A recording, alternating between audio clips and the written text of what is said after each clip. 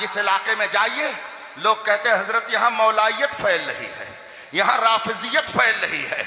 और जब पता लगाया जाता है तो मालूम होता है किसी जाहिल पीर के जेरे असर इनका अकीदा बर्बाद हो रहा है, किसी जाहिल पीर ने इनका अकीदा बर्बाद कर दिया है।